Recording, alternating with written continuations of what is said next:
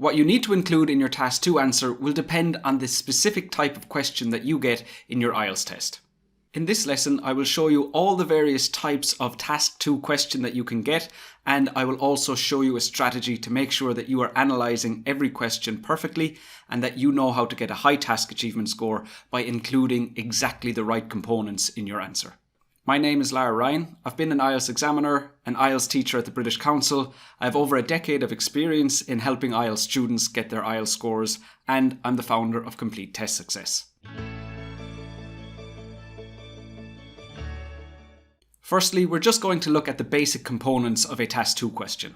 So this is what a Task 2 question looks like, and this part highlighted in yellow here is the general instructions for a Task 2 question.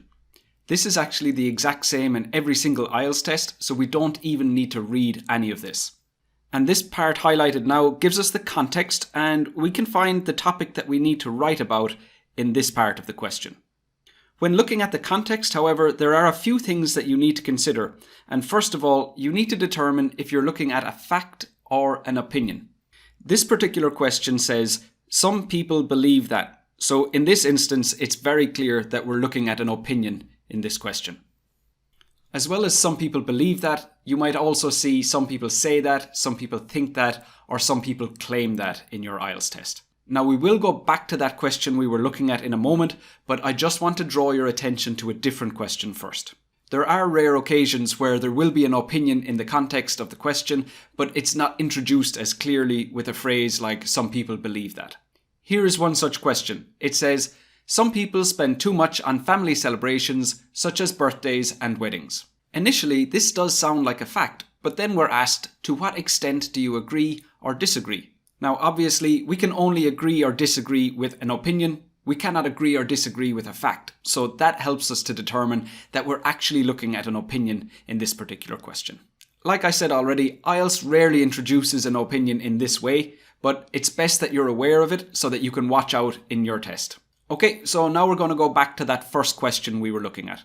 We already decided that it's an opinion, and the next thing that we want to check is if there are any examples included in this question. And the question says, some people believe that students should study practical skills such as managing a bank account or car maintenance at school, as well as traditional subjects. And we can see there are examples here where it says, such as managing a bank account or car maintenance. Now, what's important to know about examples like this is that they're just included to help us understand the question. In this case, managing a bank account and car maintenance are just here so that we clearly understand what is meant by the term practical skills. But we don't actually need to mention managing a bank account or car maintenance in our answers at all. Our essay needs to focus on practical skills, not the examples that were given. So now that we know the phrase, some people believe that, just indicates that it's an opinion, and the examples are just here to help us understand what practical skills are. So now we can focus on the main topic, which is students should study practical skills at school as well as traditional subjects. And that's what we need to write about in our answer. Now this question we're looking at is about education, and that's actually quite a common topic in Task 2 questions. Of course, IELTS can use whatever topic they want, but there are some topics that they tend to use more regularly. If you'd like to see some of these common topics, you can go to part 1 of my lexical resource lesson, and I'll leave a link in the description below as well. And back to the question again. This part highlighted now is the task, and this one says, to what extent do you agree or disagree? The task is telling us how we need to react to that first part of the question where we found the topic. And it's essentially telling us what we need to include in our answer. This part of the question allows us to determine how many main ideas we need to generate for our essay, and also which essay structure we should follow. I'm already working on lessons for idea generation and essay structures, so make sure you don't miss any of those by clicking subscribe and the bell icon. Next, we're going to look at 30 common tasks that IELTS uses. I've organised these according to how many main ideas you will need to generate. Essays with fewer ideas are easier to write, but we're always going to need at least 2 main ideas so that there's enough development in our answer for a high score. However, depending on the way the task is phrased, we might need to include 3 or even 4 main ideas in our essay. So we're starting with tasks that require 2 main ideas. This set asks what you think about something, and you'll find that these are in about 1/3 of all Task 2 questions. To respond to these questions, you just need to say what you think and then support your opinion with 2 main ideas. These will be something like, do you agree or disagree? Is this a positive or a negative development? Which do you consider to be the major influence? What is your opinion about this? What, in your opinion, should be the main function of having a pet? Obviously, the part that says having a pet is just a placeholder for whatever topic the question is about. It is possible to say that you partly agree and partly disagree when you're writing your essay, but one of the requirements for a high score in task achievement is that you have a clear opinion throughout the answer. This is much easier to do if you say that you fully agree or you fully disagree, so I would really recommend that that's what you do in your essay. There are 4 more questions in this set. To what extent do you agree or disagree? To what extent do you agree or disagree with this opinion? To what extent do you agree or disagree with this statement? To what extent do you think animals should be owned as pets? Now, these are responded to in the exact same way as the others, except here you've been asked to what extent. In response to that part of the question, we need to use words like fully or completely. For example, I completely agree, or I fully disagree. This next set that we're about to look at can be found in about 1/6 of all Task 2 questions, and these also require 2 main ideas in our answer. In these tasks, we're actually going to be asked 2 questions, and each question will require 1 main idea. The first one is, why might this be the case? Do you think this is a positive or negative situation? So I will include 1 main idea to say why this might be the case, and 1 main idea to support if I think the situation is positive or if I think it's negative. Now, if IELTS had just asked me one of these questions, I would need to include 2 main ideas for my answer, but because they asked me 2 questions, 1 main idea for each of these is enough. Other questions in this set are, why is this the case? What can be done about this problem? Why do many people neglect their pets? What can be done about this problem? Why do you think pets are popular? What is your opinion about having a pet? Why do you think this is happening? What can governments do to help unwanted pets? So next we're going to look at questions that require 3 main ideas.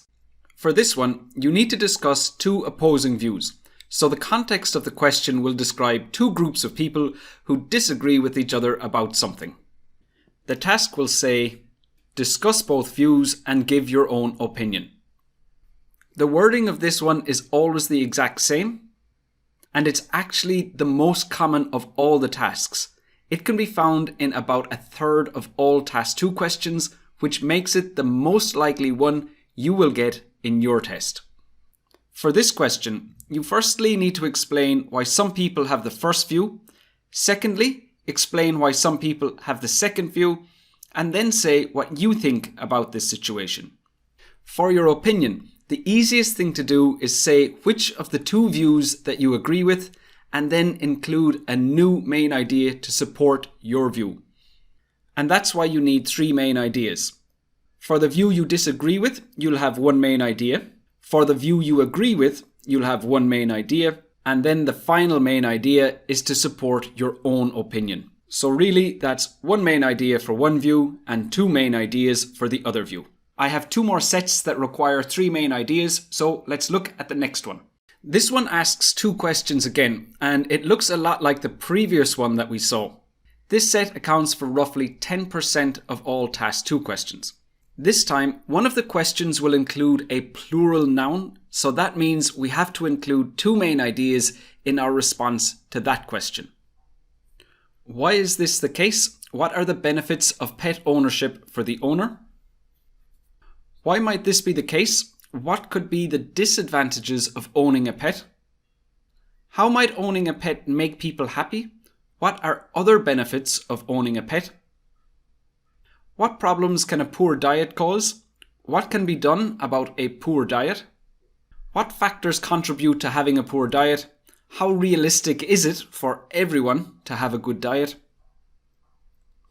To what extent do you agree or disagree? What other measures do you think might be effective? As you can see, in all of these tasks, one of the questions has a plural noun. For the question with the plural noun, we need to include two main ideas, and for the other question, one main idea will be enough. And that brings us to the last set of questions for three main ideas. This one is advantages versus disadvantages and also accounts for about 10% of all Task 2 questions. In this one, you need to state some advantages or some disadvantages of a situation. However, your opinion is also required. You have to say if you think the advantages or the disadvantages are more significant. So let's look at the actual tasks. Does this development have more advantages or more disadvantages? Does this situation have more advantages or more disadvantages? Are there more advantages than disadvantages of owning a pet compared to not owning one? Do you think having a pet brings more benefits or more problems? Do the advantages of this situation outweigh the disadvantages? Do the advantages of this outweigh the disadvantages? Now, giving a direct answer to this set of questions is not as obvious as giving a direct answer to the other ones that we looked at, so I'm going to show you exactly what you should do here. So first of all, you need to generate your main ideas, and that will come to either 2 advantages and 1 disadvantage, or 1 advantage and 2 disadvantages. Either way is fine, it doesn't really matter which way you go. So I'm going to show you 4 outline statements that you can use in your introduction, depending on which question you get. If you don't know what an introduction or an outline statement is, that's no problem, because I will be covering these in my upcoming lessons. So these are the outline statements that I recommend. This has more advantages because the main advantages are A and B, whereas the main disadvantage is C. This has more disadvantages because the main disadvantages are A and B, whereas the main advantage is C. The advantages outweigh the disadvantages because the main advantages are A and B, whereas the only disadvantage is C. The disadvantages outweigh the advantages because the main disadvantages are A and B, whereas the only advantage is C. So you'll use the first or the second one when the question has the word more, such as, does this situation have more advantages or more disadvantages? And you'll use the third or fourth outline statement when the question has the word outweigh, such as, do the advantages of this outweigh the disadvantages? After that, whether you generated 2 advantages and 1 disadvantage or 1 advantage and 2 disadvantages will determine the exact outline statement that you need to use. And that brings us to the very last set of tasks, and this is the one that requires 4 main ideas. These are actually quite rare and are only found in about 1 in every 17 Task 2s.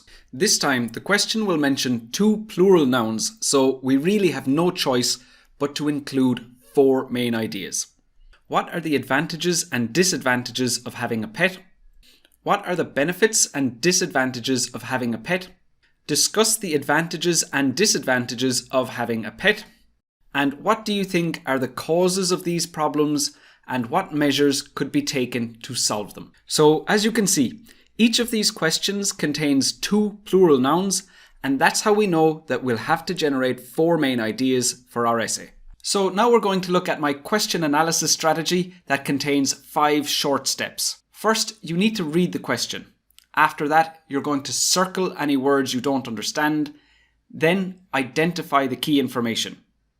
Next, you're going to write down the question in your own words, and finally, you're going to compare what you've written with the original question. So step 1 is simple, it's just to read the question, but don't rush this. Take your time, do it slowly, do it carefully, and read it at least 2 times, more than that if necessary. Next, you're going to circle any words that you don't already understand. Now, hopefully you won't actually need this step in your IELTS test, but it's better to be prepared for this possibility. If this happens in the test, you're just going to use the context from the rest of the question to help you guess the meaning. After that, you just move on to the next step as normal. However, while you're preparing for the IELTS test, if this is a step that you need to use regularly, that does mean you need to improve your actual vocabulary level first, because this isn't something you should depend on every single time you write a Task 2 essay. Step 3 is to identify the key information, and I have a few questions you can consider to help you with this. So in the actual test, you're not going to write any of this down, you're just going to think about these things. In the first part of this lesson, we already looked at the first two, so is it an opinion or a fact? And does it contain any examples? Next, you're going to determine how many concepts there are in the question. Now, normally there will only be 2 concepts when you're looking at a discuss both views and give your own opinion type of question. Next is if your opinion is required. Now, there are questions that will require your opinion when you need to write what are the advantages and disadvantages. Those are your opinions, but they're not actually directly asking you to say, what do you think? So in this case, when we're talking about opinions, we just mean you need to say what you think about something in your answer. And finally, how many main ideas do you need? And we already looked at all the tasks, so you know how to determine that already. Step 4 is to write the question in your own words. Now, most students will think, I can just do this in my head, that's a waste of time, but I can promise you, if you write it down, you can analyse what you've written much more objectively than if you keep it in your head and just convince yourself that you were already correct. Step 5 isn't really going to work if you try to do it in your head, so just take the 10 seconds that it will require for you to write down whatever you think the question means in your own words. And step 5 is just to compare what you've written with the original question. So you're just going to go through each part of the original question one at a time and compare it with what you've written in the hopes that you'll find some kind of a contradiction that forces you to readjust your original understanding of the question. So to finish up this lesson, I just want to give you a quick demonstration of the question analysis strategy that we looked at. So here's the question we're going to look at, and step 1 is to read the question. Now, I told you to do this slowly and carefully at least 2 times, but it seems redundant for me to read this twice. The majority of people find it difficult to speak in public or give a presentation in front of an audience. Do you think public speaking is an important skill? Should students be taught public speaking at school? Next, you need to circle any words you don't understand. In this question, I'm not sure what the word audience means. Because I already know that speaking in public is speaking in front of other people, I will guess that audience also means other people. So this phrase probably means giving a presentation in front of other people. If I'm right or wrong doesn't really matter at this point, as I must assume that I'm correct and continue with the next step. And step 3 is to identify the key information. So, does the question contain a fact or an opinion? This one is a fact. Are there examples in the question? And this one contains none. Number 3. How many concepts are in the question? This has just 1. It mentions speaking in public and giving a presentation in front of other people, but this is really just one concept about people not wanting to stand in front of others to talk. Number 4. Is my opinion required? And the answer is yes. In the first question, I need to say if I think it's an important skill, and in the second question, I need to say if it should be taught in schools. And the last one, how many main ideas does my essay need? In this question, I need 2 main ideas. One to support why I think it is or isn't an important skill, and 1 main idea to say why I think it should or shouldn't be taught at schools. And step 4 is to write the question in your own words. This is pretty straightforward, just write down whatever you think the question means. If you use some vocabulary from the question, that's completely fine. This step is just so that you're clear on what you actually believe the question to mean. Here's what I wrote. A lot of people don't like to speak in front of a group of others. Is this skill important? Should students learn it? And step 5 is to compare what I just wrote there with the original question. Now, I'm actually hoping to find mistakes in what I wrote because that will make me more confident that I do fully understand the question when I start writing my essay. The first phrase is the majority of people, and straight away I can see that I've made a mistake in what I wrote. I said a lot of people, but that's not the same meaning, so I'll need to fix this. The next phrase is find it difficult, and again, when I compare this with what I've written, I have found yet another mistake. I wrote don't like, so I'll have to fix this one too. As I go through the other phrases, these are all fine, and I can't find any issue in what I have written. And if that's the case, I just continue to the next part. But when I get to this phrase, at school, I find yet another issue with what I've written. I actually forgot to mention this. The question doesn't want me to comment on studying public speaking outside of school, so it's actually really important that I keep this in mind. So I'm just going to add that to the end of what I already wrote. So let's just go back and fix those first two mistakes that I highlighted already. The first one, where I said a lot of people, I'm just going to change that to most people. And the second one, don't like, I'll just change that to think it's difficult. And then I'm all done.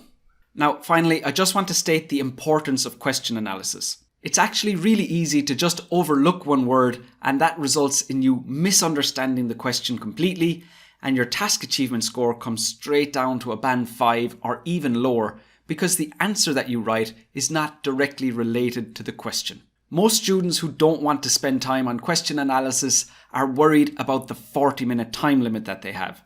They feel that doing an extra task will in fact reduce their score. In fact, the opposite is actually true, because if you fully understand the question and you've analysed it correctly, you're making sure that your response is completely appropriate, and that's what you need to do for a high task achievement score. And obviously, your coherence and cohesion, your vocabulary and your grammar are supported with that task achievement score you need. I really hope that I have convinced you to take your time and analyse questions carefully from now on. If this lesson was useful for you, make sure that you click like. And also let me know in the comments below whether you're going to use my question analysis strategy from now on or not.